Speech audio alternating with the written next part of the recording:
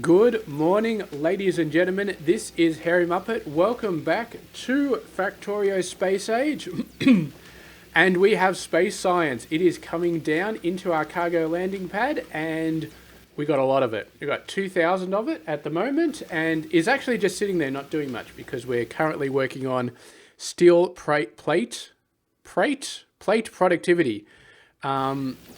Which is awesome. I've done all the space science I really wanted to for the moment. I'm actually devastated because I just finished recording an hour-long video and I have to redo it because for some reason I was messing around for work on my XSplit and I reduced the resolution down to 1380 by 720 because we can't really send huge video files to the customer.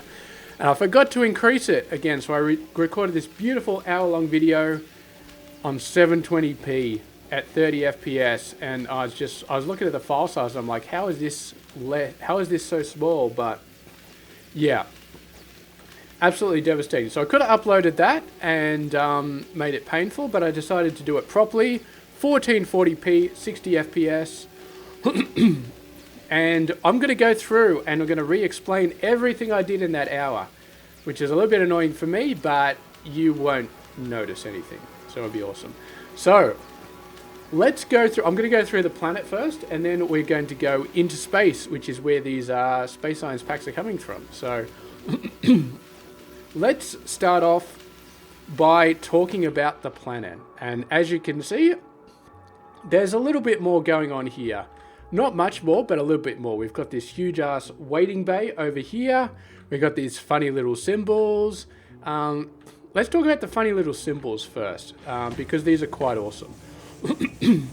So I mentioned last episode that I was going to update the train limit, and I did that. So you set the train limit using this signal L, and this signal L is basically the combination of all the chests divided by 8,000, which is what the train can actually store inside it. So that gets L. And then we got this little display panel, which is part of vanilla. It wasn't before, it is now. There was a mod that did the same thing, and the mod actually displayed a number. This one does not. It displays a signal and a label. So you can't dynamically show the number. So what I've done here is I say is equal to 0, display signal 0, blah, blah, blah, so on and so forth. And if it's greater than 9, it shows a green asterisk. So green asterisk means awesome.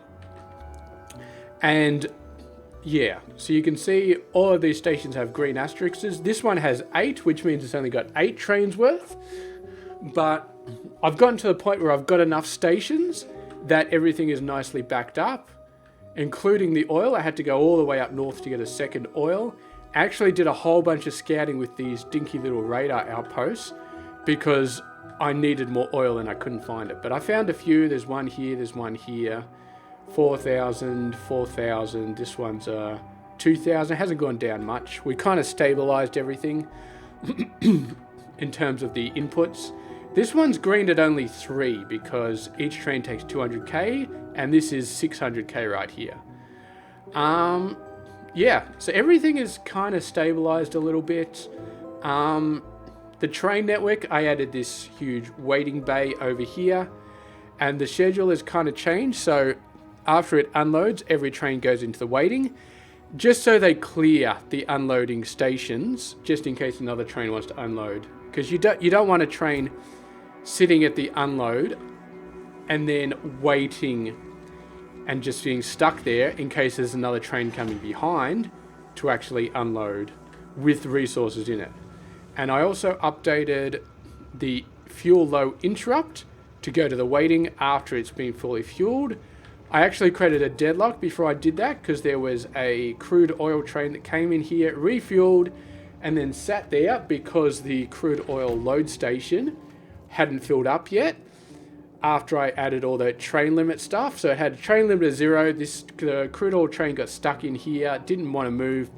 Every other train wanted to refuel, and it was just a nightmare. So that was before I created the second crude oil load station. But yes, so when it came to the fuel low, I added a waiting. So all they do is they go to the waiting station, and they just go straight through and in and out. Now, there was actually a train here that has just gone to uranium. I guess uranium just filled up. This station is terrible, absolutely terrible, but you can see I've almost ground out of uranium ore, so I'm going to have to get another station set up soon. There's a little sulfuric acid train over here, which just gets filled up by this little thing over here, so that's not much to talk about. Not much else really happened down this end of the base. Productivity is up to 50% for steel, which is really nice, but that's pretty much backed up. I got these 2 new steel, and I got 2 more steels up here, just stealing off the iron line here. This is my uranium setup. Oh god, gotta talk about the uranium setup again. Yeah, anyway. So we just dropped off a whole bunch of this. This is doing your stock standard thing over here.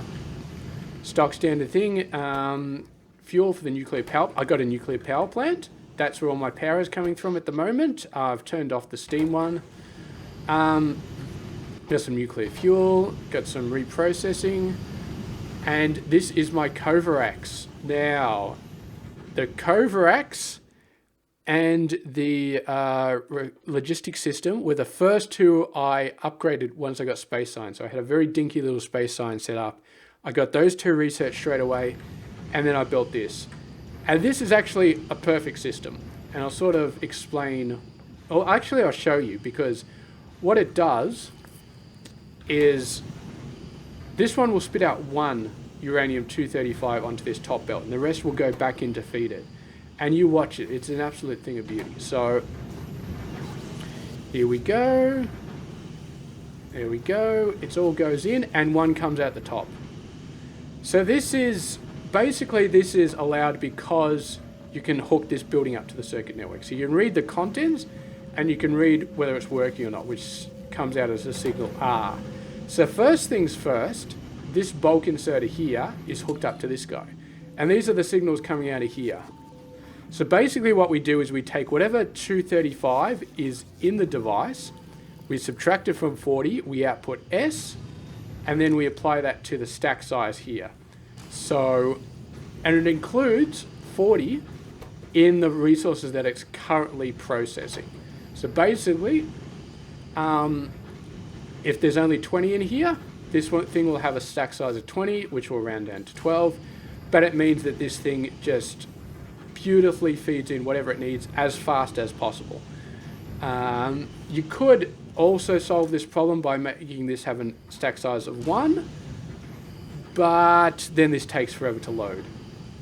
Now the other bit of logic here, or one of the others, is this one only enabled if uranium-235 is greater than or equal than to 40, and that's also reading the contents here.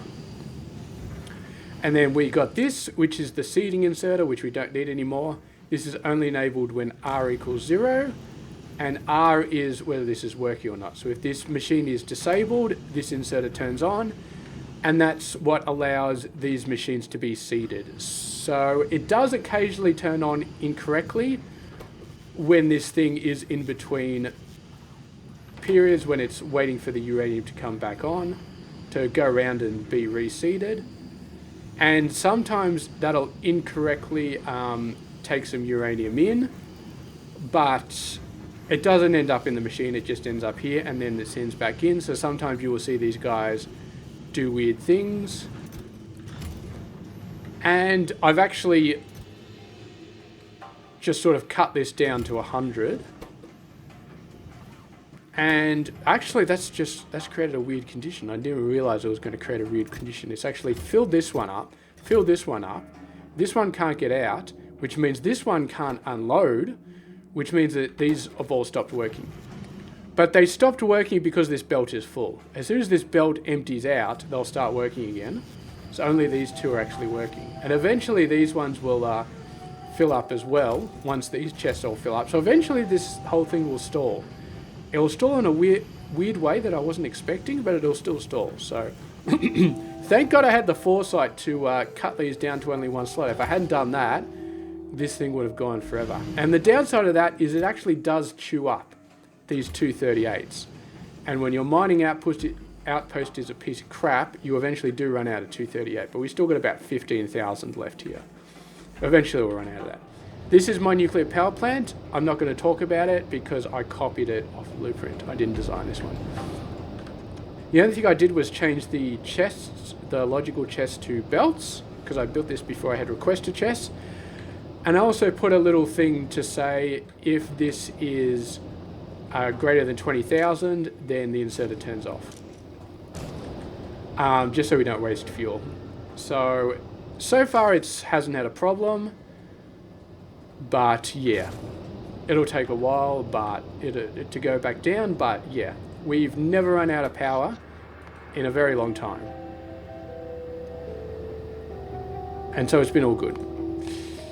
And yeah, we're not getting anywhere close to needing this amount.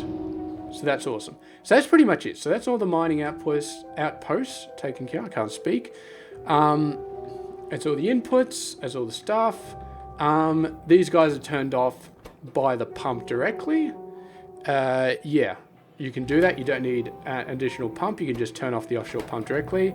This is my little latch. It turns the system on when this is less than 20. It turns the system off when it's greater than 80. And it just does a little rotating thing around, which is pretty cool. So that's pretty much it. Now, let's get on to the good stuff. Oh, I got some rocket fuel set up here. That's pretty much standard. I got some solid fuel. I was sending the solid fuel down to here to power these steam engines because I had some brownouts before, so that was kind of helping out the brownouts. I do have some speed modules on these guys. Last time when I did the video, the 1 hour video, I had to chuck away. They weren't actually powered, so I fixed that. But yeah, it's interesting because you can see this one, if you hover over it, it's got 2 beacons and each beacon contributes 70%. If we go back down to nuclear, and this one's got 8 beacons and each one contributes 35%. And this one has got 4 beacons. No, sorry, this one's got 4 beacons, it contributes 50. All right. Beacons are awesome. I'm going to stop stalling now. Let's go on to the rocket thing. I'm getting distracted by so many things. Okay. So here we go. Here's the rockets. Only 10 minutes into the video we're talking about the rockets. So these are really, really awesome. And these ones are all set on automatic requests. So basically, whatever the hub in space is requesting, these guys will act as a requester chest. And this is just the 3 things that actually build the rockets. You can see there's 2 progress bars, so there's actually a rocket underneath the rocket. So as soon as this one launches, the other one will pop up straight away. They are fairly slow to load. You need 50 rocket parts. Each one takes 3 seconds, so that's 150 seconds to build a rocket. So that's why you have a cache, so you can build one and then while the other one's going. But I still had 6 rocket silos because they were taking so slow to load. Now, the good thing about this is it used to take 1,000 of each component to launch a rocket. Now, each rocket part only takes 1 each, and you only need 50 rocket parts for the entire rocket instead of 100. So that's cool. And yeah, so that's why I don't have any productivity modules or speed modules. I could have put speed modules here, but productivity modules, don't need them. Well, I haven't used them because the speed of the rocket is what I care about, and there's no point slowing them down if you don't need to. We got some other miscellaneous stuff. We got some space platforms, which is landfill for space. We got asteroid grabbers, cargo, the crushers, which are used for crushing the asteroid stuff. And then this is my robot ball, which I built because I didn't want to keep extending the other more. And this is kind of, it's been running for quite a few hours, but it's all stocked back at the moment. Everything is kind of settled down at the moment. But we're going to talk about the logistics. So actually look at this thing for at the moment, can I kind of show you? Because this one actually has, this is a logistics request. This gets filled in by the platform up in space. And this rocket fulfills logistics requests from the platform up in space. So it's kind of like a request and yeah, it's kind of like a passive provider and a requester chest kind of setup, which is awesome. So let's go up to the space science. And here we are, the space science platform. Look at how beautiful it is.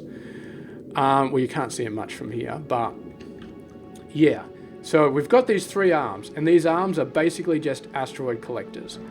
And they just collect asteroids that float in. The platform doesn't move, it just sits there, which means the asteroids are very slow. They just sort of drift all over the place.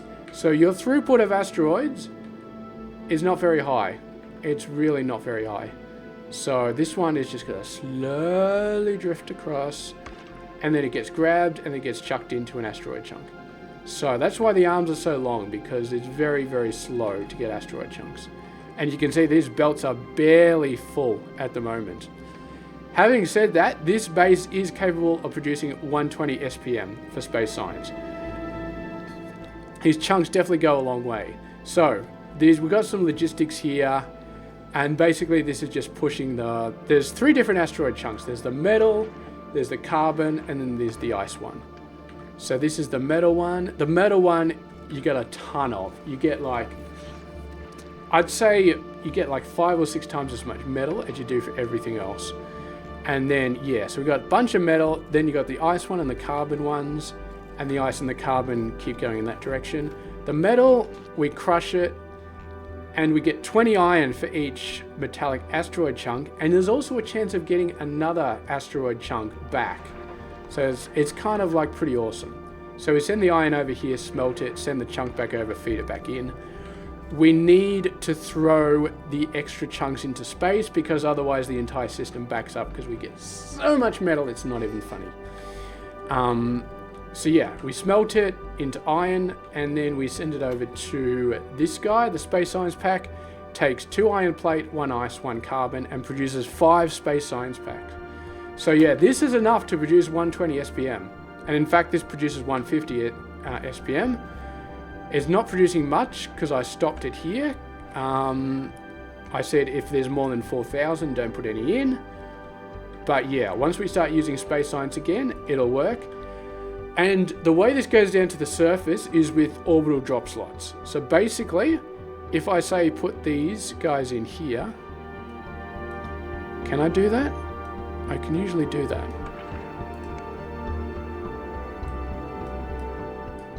Oh no, I just got to shift click. All right, I'm going to shift click on these assemblers. Oop, I missed it. I wanted to show you what it looks like down here. I'll actually show you what it looks like down here, because this will get a bunch of assemblers. There we go. There's a little drop pod with some assemblers, and now they are in here. So we just pull those out. Now, if you don't have a cargo landing pad built, they will just land somewhere else. It's like an Elon Musk perfectly landing little pod. No more of this space exploration, just crashing everywhere sort of stuff. I haven't seen any of that yet, but we can do it again. I'll just shift click, and we can see there's a little pod that goes up, and then it just sort of goes off into this little thing, and it goes down. And that is how things are sent down to the cargo pod. And yeah, that's how our science is sent down continuously. And the beautiful thing about that is that it's just a drop pod. So you don't need any fuel. You basically just put it in a pod, throw it off the edge of the space platform, and it automatically lands. So it doesn't require any fuel, any rocket parts, anything like that. It's basically just free, which is really nice. So over here, we've got some ice stuff. This is basically oxide. Take the chunk, get some ice, get some chance of a chunk back, and then the carbon is pretty much the same. So once you've got the logistics of all this set up, it's pretty straightforward. And we just got a bit of belt weaving to get this over, chuck it into the assemblers, and that's our space science. Now, it's pretty good. So yeah, we'll talk a little bit later about Megabase implications of this, but I'll show you the rocket actually launching something. Actually, you know what I'll do? I'm going to show you the rocket launching me This will be for the second time. The first time was in the previous video I had to delete, but this will be for the second time. So, first things first. You cannot have anything in your inventory. Otherwise, it will complain. You actually have to take the ammo out of your guns. You can't even go up with ammo, which is very annoying. So, now we travel to the space platform. Space Science 1. And yes, you can see we're inside the rocket. And I can't I'm trying to disassemble the rocket silo. While I'm doing this, it will not let me. That would be interesting if you could, but yeah. So there we go, we're in the rocket. It's actually showing us going fully up into space. And I think there was a little auto, I think it always does an auto save when it launches you up. But there we go, we're in the little capsule. And then we are on the space platform. We landed in one of these little cargo things. And here we are, we're on the space platform. We cannot leave. We cannot walk around in space. There's no spacewalking. We're just in the space platform. The only reason you really go up is to travel to different planets, pretty much. So all you've got is this drop to a planet button. And that's pretty much it. So yeah. So when we start building space trains, then we will do other stuff. So what I'm going to do, actually, is I'm going to... What do we already did chemical plants in the last video. What else can we do? I'm going to show you how to build something here. We can't build rails in space? No space rails? Straight... I suppose the trains would float off, maybe. Ooh, storage tank. Okay, we're going to need some of those. So, build a storage tank. It's currently there. This thing says, okay, I need storage tanks. So, then we go down to Nalvis. And you can see this one automatically requested a full stack of storage tanks and automatically sent a rocket because it's set to automatically fulfill automatic requests from the space platform. It always fulfills a full stack. It always sends a full stack automatically. You can manually make it send a single stack, but if it's automatic, it always sends a full stack. So then, there we go. Little rocket comes down, drops off the platform, and then it automatically builds. We don't want it there, so we're going to delete it. Ooh, that's interesting. Usually it does a nice deletion. Maybe no, maybe it doesn't. I'm gonna drop back to my planet and then do it. Oh, I get out of the little cargo thing. Those are little cargo storage extenders, by the way. That's why the space was so huge up there. Oh, look at that. Beautiful. And we land directly into our cargo bay. And then we appear right next to it. So yeah, if we go back up to the space platform, yeah, usually you just get 60 slots. But we've got an extra 80 because of all these. Not that we need them. But yeah, I could have sworn this was doing... So when it creates it, it's beautiful. No, I guess when it deletes it, it doesn't do anything fancy. Oh, that's all right. So yeah, that's pretty much it. That's pretty much the entire thing. And in the last video, I spent another 40 minutes talking about stuff. I don't think we'll get to that point because... There was a lot of reminiscing and discussing and checking. And I've done all that checking and made my decisions. So we could just sort of talk about the decision. Well, what we can actually do is we'll go back to the space platform. We'll talk about the hub for a sec. I'm not sure if you noticed this, but there's a train interface on this thing. It's genius. It's absolutely genius. I said genius like 20 times last video, but it is absolutely genius. So you add... stations. You don't actually need this, but you can add stations to different planets. I haven't unlocked the different planets yet, but I could.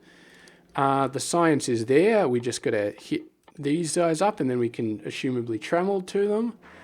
And this is basically just like the same train thing. And you add the wait condition. It's got all requests satisfied. So you can make it go to Navis and then make it request a whole bunch of stuff. And then once it's all requests are satisfied, then it starts heading off to another thing.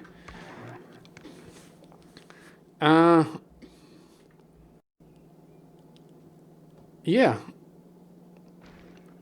I'm not sure exactly. So I'm just thinking how it would actually work because, okay, so talking about, let's get rid of that. Let's actually go to the map. There's a space map. Check this out. This is awesome. Boom. Look at this space map. So here we go. So we are on Navis at the moment. It's got this cool little equals. I thought the equals were just sort of saying this is Navis, but this equals is actually my space platform. And you can look at it from here. We go to the space map. You can go to Navis. So these are the 3 planets. So you've got Fulgura, which is the techie planet. You've got Gleba, which is the annoying plant planet. And then Volcanus, which is the lava planet. And you've got Aquino, which is the endgame planet, which reach. So that's going to be interesting. I'm going to have to get some interesting logistics between these planets. And then over here, we got the edge of the solar system. And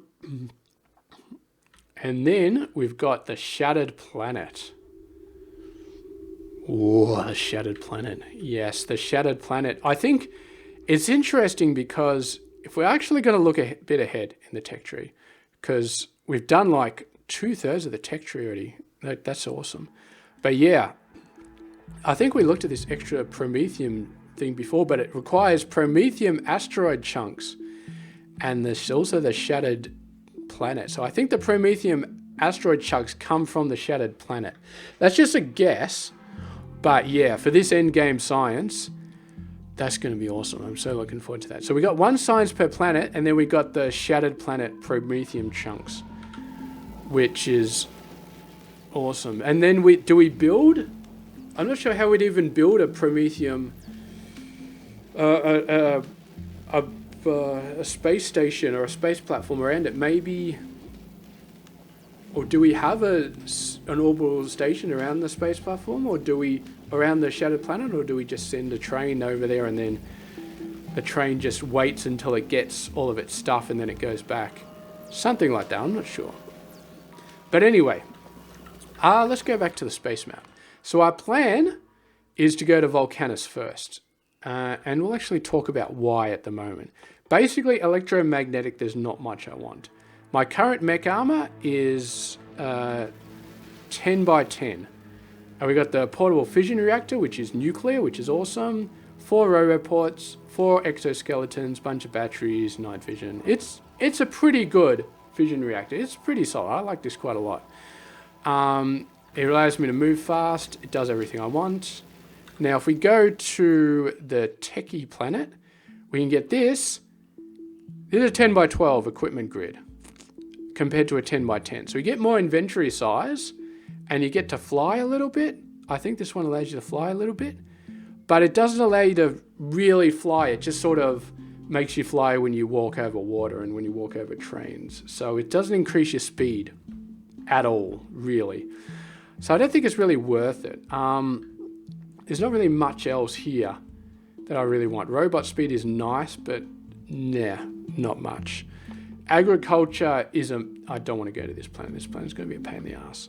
I don't even know why. I just heard that it's because everything dies. They got like spoilage and crap like that. So I want to make sure that I feel like this is definitely the hardest planet, except like obviously the ice and the shattered planet may be higher. But then metallurgic. So I've got a few things here which I kind of want. The main thing is the big mining drill. I want the big mining drill because this guy, 2.5 second speed, mining area 13 by 13. It's so awesome. Oh, God, I want this so much. The existing mining drills are terrible. They're okay, but 0.5 per second. You look at this. It's like 1.9 million resources. Look how slow it's producing with these mining drills. And this is with 100% mining productivity, okay? Mining productivity, 100%. It's still going this slow. So these mining drills are just dog. They're just absolute dog. So we're getting the better mining drills. That's the number one thing I want. I did also want coal, I think coal liquefaction? Liquefaction? Liquefaction? I don't know how to say it. Liquefaction. I want it because end game, I think I want to do coals. I don't like, I just don't like the way the crude oil works. It doesn't, always feels a bit weird. I definitely don't like using it end game. So coal liquefaction, I think I'm going to use that. I definitely want that. I was sort of rushing towards it for the purposes of the current base, but I don't think I really need it for the current base. I think I've kind of got over what I needed. I did a lot of scouting with these little radar things. I found a whole bunch of crude oil. I set another station up here for crude oil, and everything's settled down since I did that. So yeah, it's pretty good. It's pretty good. Did I talk about my deadlock for the railway? I get confused. I think I did. With or did I? I think I did. I can't remember. It's been too long ago. Anyway, I had a deadlock on here because the crude oil train was stuck here and then it couldn't go past because it was waiting for the crude oil load station to fill up and it wasn't, so it just got stuck here, which is why I added the waiting station, which I think I already talked about, so I'm not going to talk about it anymore. But anyway, that's why I'm going to Volcanus first.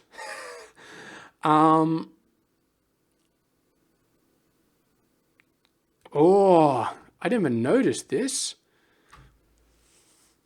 Oh, that's going to be so awesome. That's going to make my space platform so much better. Because I'm getting so much metal at the moment. So much metal. And although, having said that, I mean, you only get 80% back, but yeah. Okay, that's going to make a 1000 SPM on a space platform so much better. I didn't realize this was going to be a thing. I was worried about making my space platform 1000 SPM because, yeah, we're not getting a lot of asteroid chunks. I was worried I would have to make a moving space train to get more asteroids, but now that I've got that, I think that should hopefully, because then we can get zero wastage on the asteroids and we should be able to bump it up quite a lot. And just with this amount of asteroids, we're already doing really good stuff. Ooh, steel plate productivity 6. That's nice. I'm going for 10, but 10 costs 57k. And my base is doing 120 SPM, which means it takes about 9 minutes for 1000 science. So 9 times 57 is, it's like 9 hours. Jesus, okay. 9 hours, and that's just for level 10, so... But we're backed up on steel at the moment, but just to get it nicely rounded, I want to get it up to 10, so it's like doubled, like productivity plus 100%. And then I'll go back to mining productivity, I think, after that. Or maybe I should do mining productivity first, because mining productivity is just 9,000, and this is 57,000. So maybe I'm going too hard on the steel. Oh, whatever. I'll do it. It'll be fine. Anyway, I keep getting distracted. Let's talk about logistics in space. So I already worked out through previous thinking that I want 2 trains per planet. I thought about having a train that goes to Fulgura, drops stuff off, then picks stuff up and then goes back. So like a dual use train.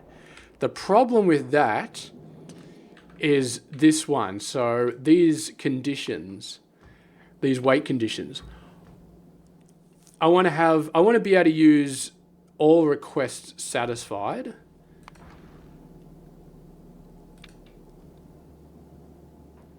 And the problem with all requests satisfied is you can only have one of these. And so if you have requests for like all the building materials that you want on the other planet, like assemblers and belts and blah, blah, blah, blah, blah, blah, blah, blah, but then you also have requests for the science, which are picking up on that planet, then you can't use the all requests satisfied. which is not good. And I'm not sure exactly how you would do it to say, you could say request satisfied for this particular one, but then you have to have a separate thing for all the different things and blah, blah, blah, blah, blah. I don't really want to do that. So I think it's easier just to have a train for each direction, a space train for each direction. So you have, in the space map, you have one train going there, providing building materials. So your assemblers, your space, your belts, all that sort of stuff. And it just, you have a constant set of things which it always requests. And then down on the planet, I should probably look in at Volcanus, the cargo thing would be constantly requesting 1,000 assemblers or 500 assemblers. And then once the space platform gets there, it'll dump all its building supplies onto the planet. And once you got that, you can just go onto Volcanus, you can build whatever you want remotely, and you can do it all remotely, and the space platform will just, the space train will just automatically resupply all of the building materials. And then you got a train coming back, and the train coming back will transport the science, and it'll also transport the space belts. No, not the space belts, the, whatchamacallit, the mining, these big mining drills. Whatever buildings we can only build on that planet, we will transport back via the same train that takes the science back. And then on the train, we can say like X amount of mining drills or however many mining drills, and then however many space science and all that sort of stuff. And then in addition to those 2 trains per planet, I'll probably have my own personal spaceship that I'll just use for sort of flying around to go to different planets, because I'm not sure how long it'll take for the trains to go from planet to planet, but they might be sitting around, they might be doing their own thing. I don't want to be waiting for a train so I can hitch a ride. I'll just have my own personal space train. And yeah, then so we got back and forward, back and forward, back and forward. I think we'll move the big mining drills back here, and then we'll send the mining drills from Nauvis out to Gleba and Fulgura, something like that. I don't know if we want any back and forward. There is some interesting stuff going on with Volcanus. For example, these guys, speed trees, require tungsten carbide, which is made on Volcanus. It can only be made on Volcanus.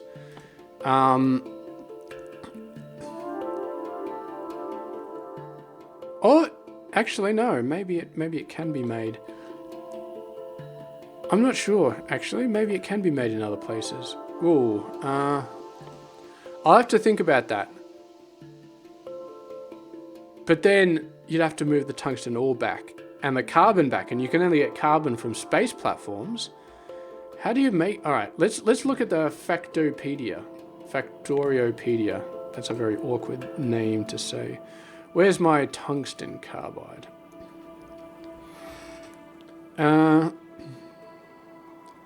Where's the alternate recipe?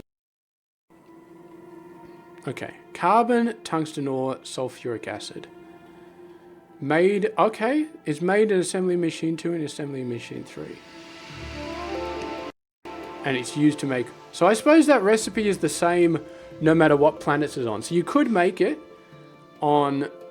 I suppose it's pointless to make it on Nauvis because it's used in a whole bunch... It's used in metallurgic space science, which you can only make on Volcanus. So it's probably better just to make it on Volcanus. And then... But we may ship some of it back because I don't really want to be making speed module 3s on Volcanus. I kind of just want to bring the tungsten carbide back. And you've got this quantum processor, which is like a very end game product.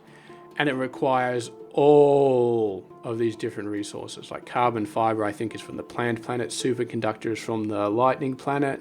The techie planet. A lithium plate is from Aquilus or something like that. Yeah, and then I have no idea where fluorokine comes from. And you actually crafted on Aquilus. So maybe we'll have to send some tungsten carbide from Volcanus to Aquilus as well. We're gonna have to figure out all that space train stuff out. But anyway, for now, if we can make it local, like this tungsten carbide is a Volcanus product, so we're going to make it on Volcanus, and I think that's fine. And everything it requires, I think we should be able to make on Volcanus. If we start running into things that we can't make on Volcanus, we have to ship in, like sulfuric acid. I don't know, but I think, I mean, sulfuric acid. Let's have a look at Volcanus stuff, like carbon. Makes from coal and sulfuric acid. We'll have to see. Hopefully we can get some sulfuric acid on that planet.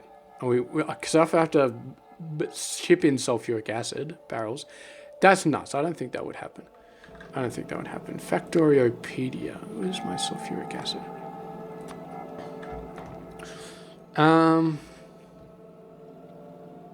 Gathered from sulfuric acid geyser. Okay, I'm guessing there are some of those on Volcanus. That would make sense. I'm hoping that makes sense. Okay.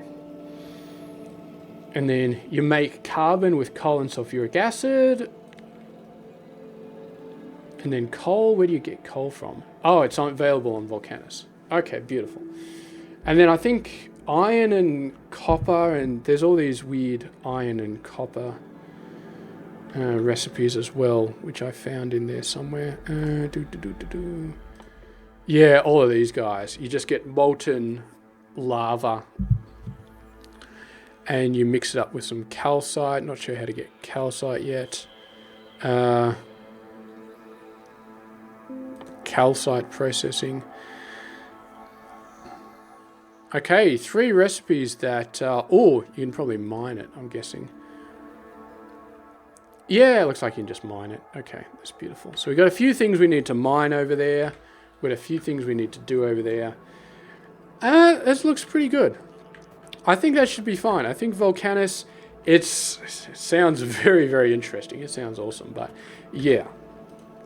So I think my aim is the next episode, when I come back, I'll have 120 SPM for the science pack, for the metallurgic science pack, and we'll be shipping it back to Nalvis and doing some science with it.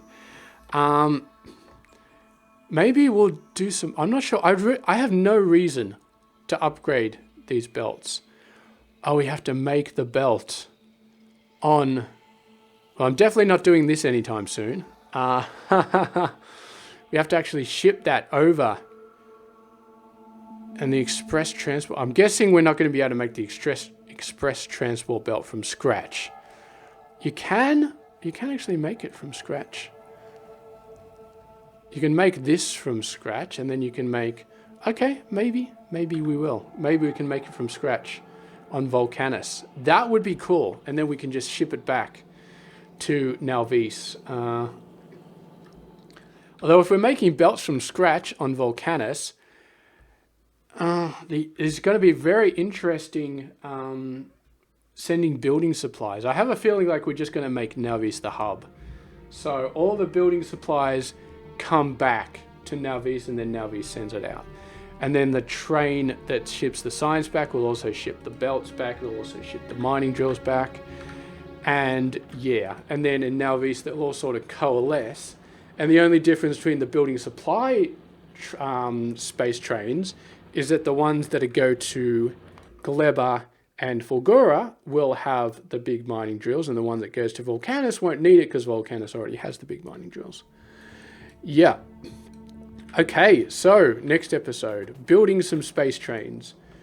So we want 3. 1 to get the science back from Volcanus, 1 to send the building supplies to Volcanus, and my personal space train for me to just zoom around in. Yes. And yeah, so that'll be my first experience with the rockets as well, with the thrusters, which we can actually have a look at a little bit. But the thrusters, yeah. So basically these guys, they take thruster fuel and thrust oxidizer. The fuel takes carbon and water. The oxidizer takes iron ore and water, and you can get water from melting ice. So basically everything you yank off an asteroid, you can turn into fuel. So fuel is basically free on every ship. There's no refueling stations necessary. You just need to build a ship that is basically... So what we might do is we might build a generic sort of ship with a bunch of thrusters, and then we'll just make sure that it has a massive amount of cargo space, like, no, my space science platform. So this is a pretty decent amount of space. I want it huge. I want it like 3 or 4 times as big as this. So it's going to have a massive amount of space platform. We'll still kind of, because it's a ship and it's moving around, we'll keep the space platform kind of constrained, but we still do want it pretty decent. I wonder if I can... I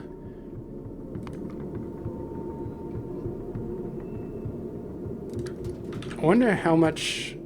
I mean, I can probably create a blueprint, right? No, that's not a blueprint. So if I...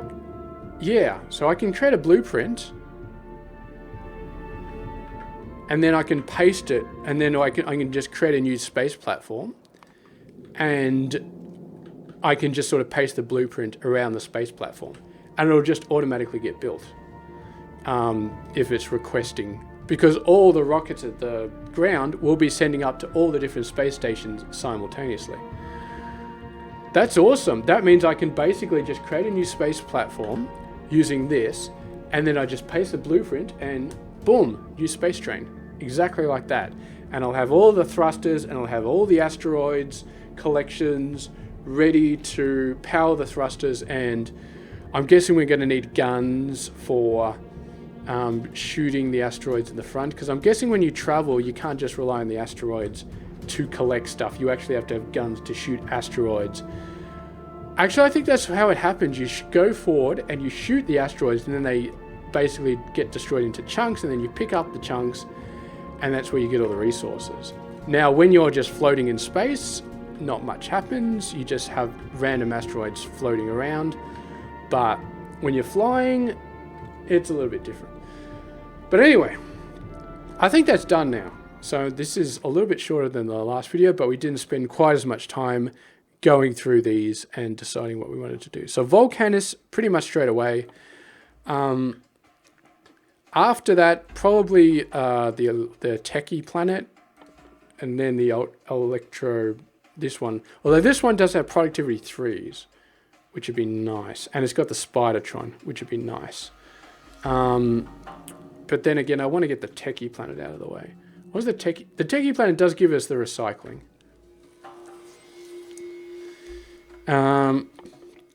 Which we might use for trash processes. Because the thing about this planet, I think the only way to get stone is as a byproduct when you're converting lava into molten copper and molten iron.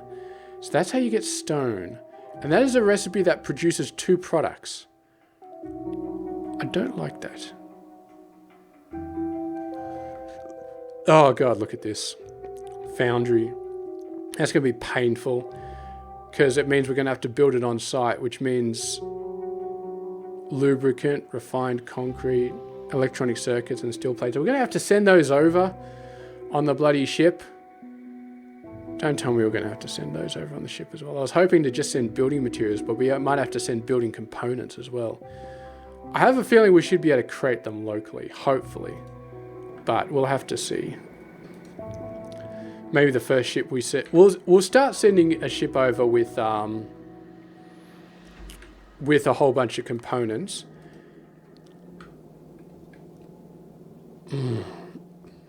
What we can do, what we actually need is this, because trash unrequested. So any move items that are not requested by any logistics filter to the trash line. I would love to have something like that on the space platform. So then you could request something, and then later on you decide, you know what, I don't actually want that anymore. Now Now, it's easy enough to just send the space train back to Navis. You remove the request, and then you manually shove all those things into orbital drop pods.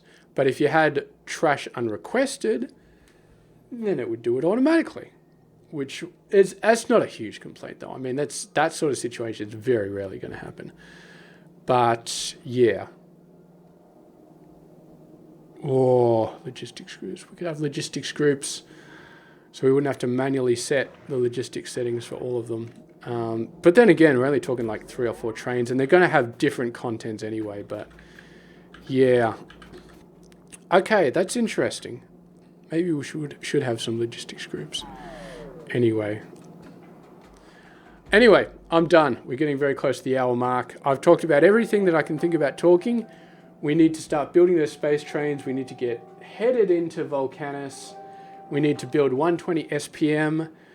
And we need to get some sweet-ass mining drills. And yeah, maybe we'll do some coal liquefaction as well. Although I'm not seeing a lot of coal deposits on this map. This map is using all default resource settings. So there's not that many resources, but the ones we have are still decent, like 2.6 million, 15 million, 14 million. I wonder what happens. I actually haven't tried this, but you can't disassemble a biter. That means if I want to send a rail right through a biter thing, I have to go over them manually and kill them. That's a bit annoying. Maybe I should unlock nukes. I haven't unlocked nukes yet because it's 5,000 space science. Although I probably do have that much space science at the moment. I have 2,000 cached in here, and then I've got a further 4,000. So I've got enough, but it'll probably kill the rest of the sciences. Oh, that reminds me. I need to go and fix up my science setup because I am currently consuming... How much science am I consuming? An average of 120. And you may be thinking, hang on a second, Hairymuppet. You're producing 120, but I've upgraded all of my machines to the good machines. So you should be doing 150. I'm actually capped on labs. And my labs aren't even using productivity. So I need to redo my science setup. I need to build it out somewhere else. I need to put productivity modules in all of these guys. I need to put some speed modules. I need to do all of that sort of stuff. So I'm going to do that after the video ends. And that's it. I think this is where we started. This is where we're going to finish. Thank you very much for watching. I'll catch you guys later.